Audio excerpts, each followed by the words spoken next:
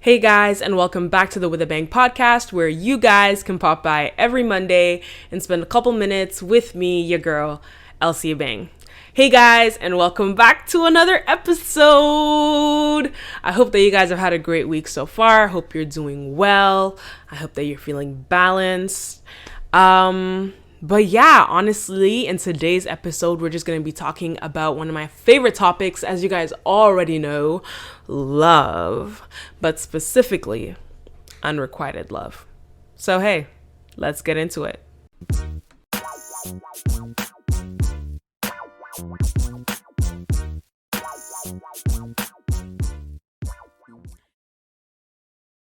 So for those of you that don't know, I would describe myself as a hopeful romantic. Like, I always say that I'm not delusional. I know that love isn't some cure-all for all my problems, and I know that a person can't possibly be everything to me, like I said in my other video. I know that, marriage isn't exactly what it promises to be in the movies, and that a lot of the time, like, married couples will tell you that there's a lot more problems than you would ever imagine, and that it can be hard sometimes, and a lot of the time you're gonna wake up and want to choke out your partner. But at the same time, I also feel like love is just this beautiful, magical thing that everyone has experienced in some way, shape, or form, and that everyone tries to describe and encompass in words, but kind of quite can't. It's like this thing that none of us really understand, but that we all kind of innately crave. And I think that it's one of the most beautiful gifts that God has ever given to humanity. So yeah, I would call myself a hopeful romantic. But at the same time, I would say that when you open yourself up to love like that, it also means that you get the flip side as well. And that means that you open yourself up to a whole lot of pain as well. Because with love and vulnerability, we also give people the chance and the opportunity to hurt us a whole lot. And one of the ways that this hurt manifests itself is in this little thing that we call unrequited love. And in my personal experience, I've become somewhat of a connoisseur when it comes to unrequited love because, well, growing up, I've always had this sort of conundrum. It was either that whenever I liked a person, they simply didn't reciprocate and couldn't like me back. Or whenever a person liked me, I was in the opposite boat. I couldn't reciprocate or love them back. And I remember just being I just remember being so resentful about it because I thought to myself, oh my gosh, my mom's prayers have been answered. My mom has this whole thing about us being virgins until we marry and, not getting involved in romantic relationships until we find the one that will end up being our husband. It's a beautiful sentiment, but it can get really frustrating when crush after crush, time after time, things just don't work out. I found myself asking, well, God, is this some sort of curse? And growing up, my sister and I actually legit began to refer to it as the Abang curse because, we were both in the same boat. But recently, my sister actually got into a relationship and she's super, super happy. So no, it's not an Abang curse. It's starting to look a little bit more like an Elsie curse. And this week, I was reminded about the fact that I'm not alone in this feeling. In my conversations and in my meetings, I realized that there's actually a lot of people who have been feeling rejected lately, who have been feeling lonely, who have been craving that deeper connection and craving more love. And that's kind of what inspired me to even do this episode, because it just made me have to come back to my senses and realize you aren't crazy for feeling these things. A lot of people feel these things. And so I figured, why not hop on here and encourage you guys a little bit and encourage myself as well. Because I feel like in 2021, God taught me a lot about unrequited love. And actually, he helped me with the resentment that I was feeling a lot of the time.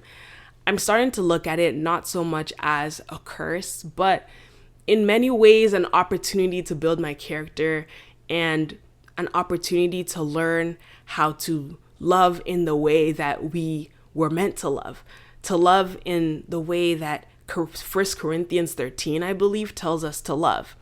And so, yeah, today I wanted to share a couple lessons on unrequited love. One thing that I never used to understand and that I always used to ask God about was that, well, okay, once I've received the rejection, right?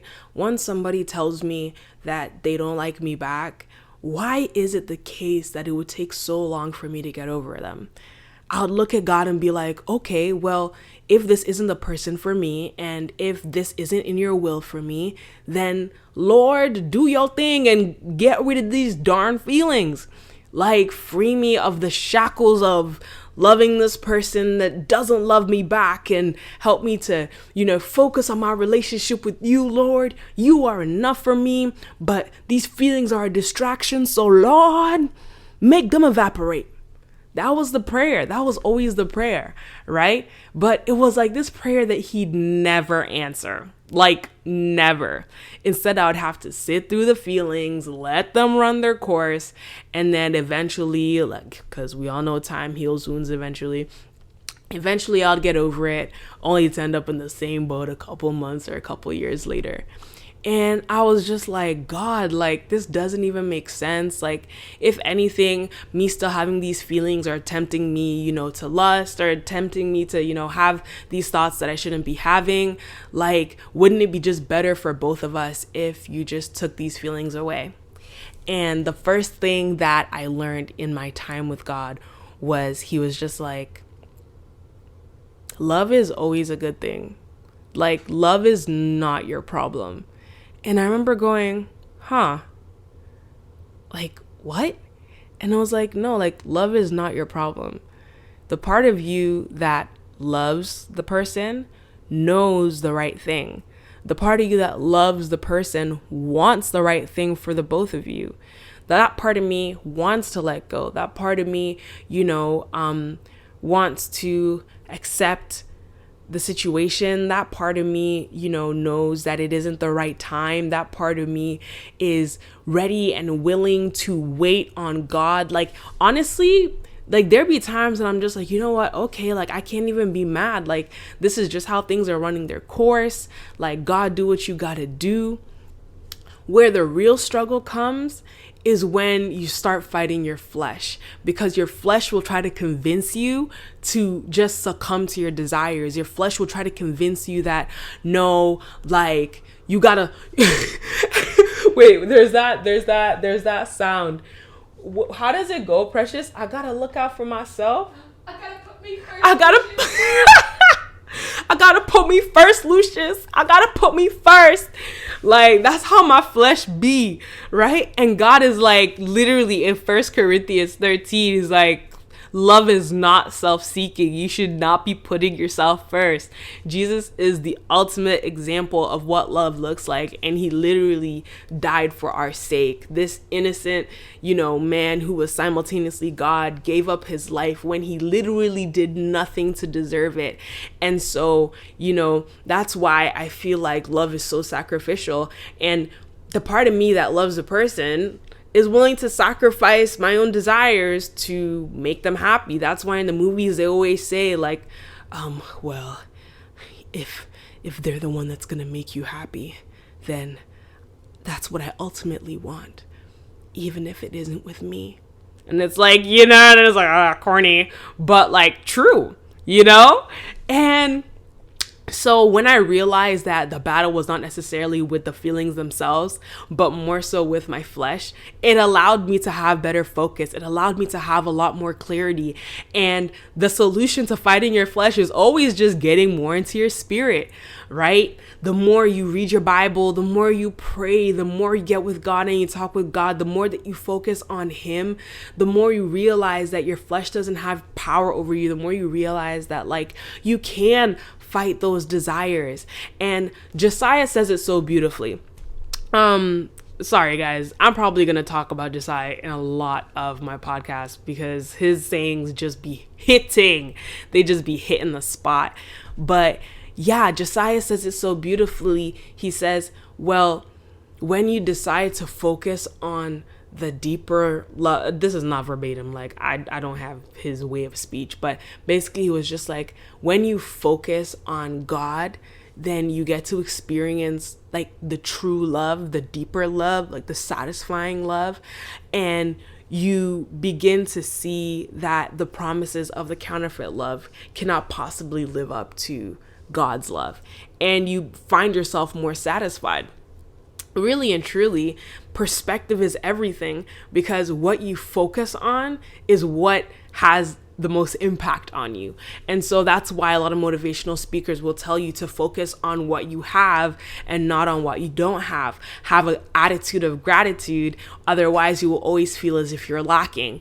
And so I would now have to reframe my mind about, well, yeah, you keep begging for this mutual romantic love, but look at how much love you're already surrounded with.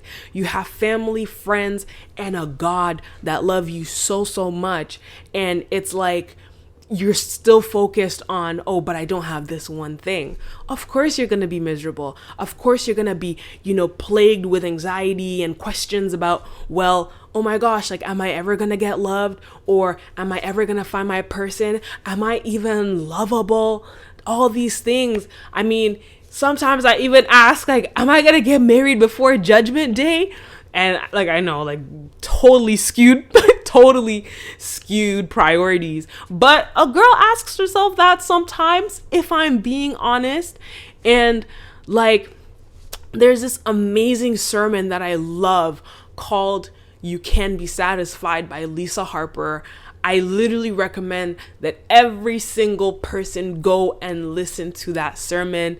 You Can Be Satisfied by Lisa Harper. It's on Elevation Church, and it is a game changer. I remember listening to that sermon, and she was just talking about, now let me just give you guys a little bit of background. Lisa Harper is I think in her 50s, maybe 60s, but I think she's in her 50s, but she's definitely in her latter half of life. And she has a beautiful adopted daughter, but no, she doesn't have a partner. She is still single. And so when she speaks, you're not kind of like, when the pastor is talking about enjoying your season of singleness, where you're like, okay, pastor, like, you found your wife at like 17 and you guys built the church together. Like, do you really understand my pain? But hearing this, like hearing her story, especially as a woman, because you also sometimes, like, don't get stories like that from women in the church speaking so vulnerably. So I really appreciated that. But yeah, like in that message, she just talks about how the Bible is literally one of the most amazing love stories or love letters to you. And she just talks about how romantic God is. Like, literally, she anchors the sermon on the script on John 4 in scripture, which is a story about the woman at the well. And she's just like, God, like, I don't know how to explain it, but you know how the Bible always describes Jesus as the bridegroom and like the husband. In that sermon, she solidified that image for me, because she was just like, the hero's a woman who had been looking for love all throughout her life. And it took Jesus, the seventh man, because the woman had been married 5 times and was now with a man who would not do her the honor of marriage. And, the town saw her as pretty much like a sleaze, or some people will call it like a hoe, right? Which Lisa argues was not the case. But it takes her meeting Jesus at the 6th hour, so the 7th man at the 6th hour, for her to discover that she could have a love that will never run out. And Jesus literally says, if you drink my water, you will never thirst again. And I was just like, Lord, your daughter's been thirsty, but give me your living water that I may never thirst again. Lord, nothing can satisfy. Everything is a counterfeit unless it is of you. Of course, easier said than done. But that message was just so, so monumental. And there's this part that I always kind of like play back over and over and over again to myself to remind me of what is really important. It's this part where she goes, God is looking at you and he is holding you by the face, and he's literally saying, look at me, Look at me. You think that if that guy on that dating app looks at you and tells you that he loves you, and yeah, you may be a little bit fluffy here and there, but he's gonna love you and he's gonna love your daughter, you think that that's gonna satisfy you? That is not gonna satisfy you. I am what you're looking for. I will choose you every single time. And over the course of the past couple of months, God has just been reinforcing to me that he will choose me every single time, and that he loves me, and that the more I look to him and the more that I lean into that embrace, the more that I will be okay.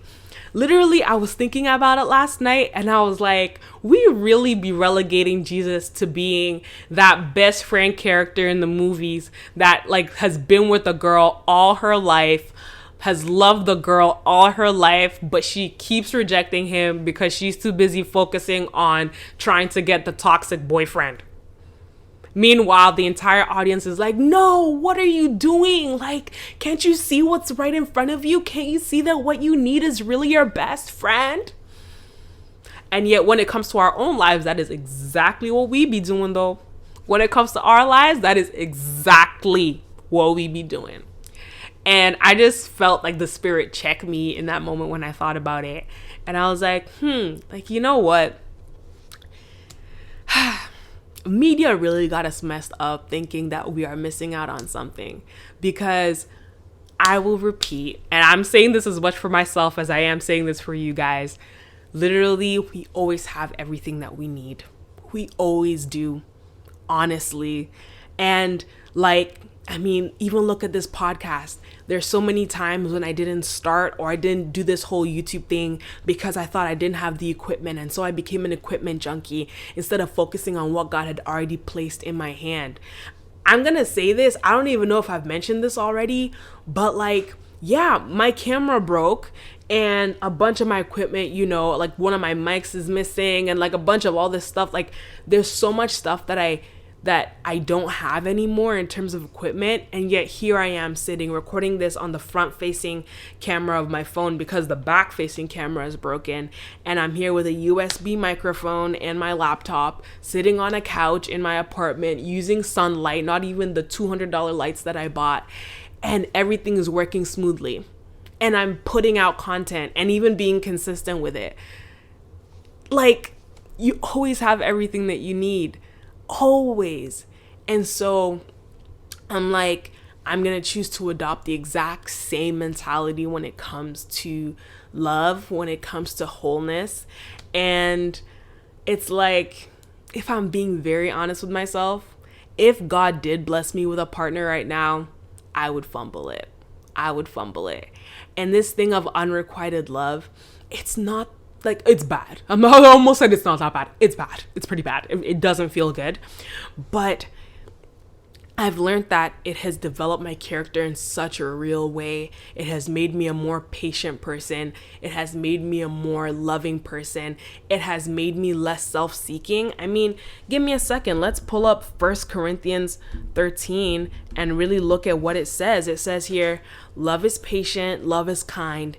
It does not envy, it does not boast, it is not proud. It does not dishonor others. It is not self-seeking. It is not easily angered, and it keeps no record of wrongs. Love does not delight in evil, but rejoices in the truth.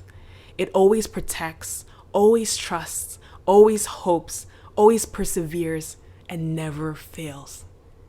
That is the power of love, guys. And like, a lot of the time, whenever I had these crushes, whenever I had these these moments of infatuation, I would find myself impatient, wanting them to love me back, you know? I wouldn't really be kind about the love sometimes because I'd be like, oh my gosh, like this person doesn't like me back, and how could they do this to me, and da da da da da.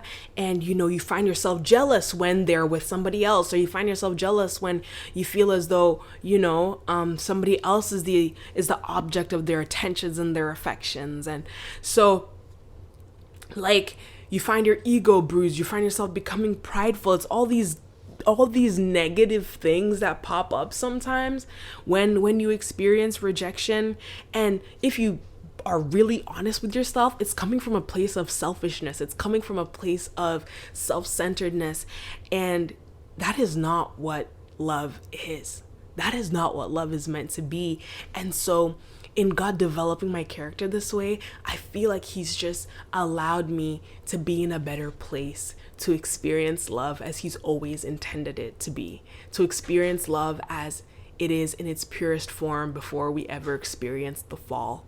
So I guess this is why as Christians we can rejoice in our suffering, because there's always something good working itself out in the background. And I love what Yvonne Orji says. She says, you know, that person that you think is so amazing but turns out to not be for you, like, that's a good thing, because that means that God has somebody better in store. And that means that the best is truly yet to come. That means it gets better than this. I mean, she put it like this exactly. There was this guy that she was with, and she said, you are the unicorn that everybody told me didn't exist. But if you're not the one, then I'm needing to exit stage left, because I can't have you blocking the blessing that God has for me.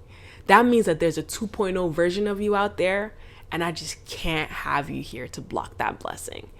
And I was like, you know what, shoot, like, that's true. And Yvonne is one of my idols when it comes to this whole love thing, because, you know, she's basically like how I'm trying to be in the future. She's still waiting. You know, she's been a virgin this whole time, and she's in her 30s, and she's just been killing it in her singleness. She is out there doing the whole acting thing, which is my dream. Like, Yvonne is literally one of the people that I would consider to be like a huge role model for me.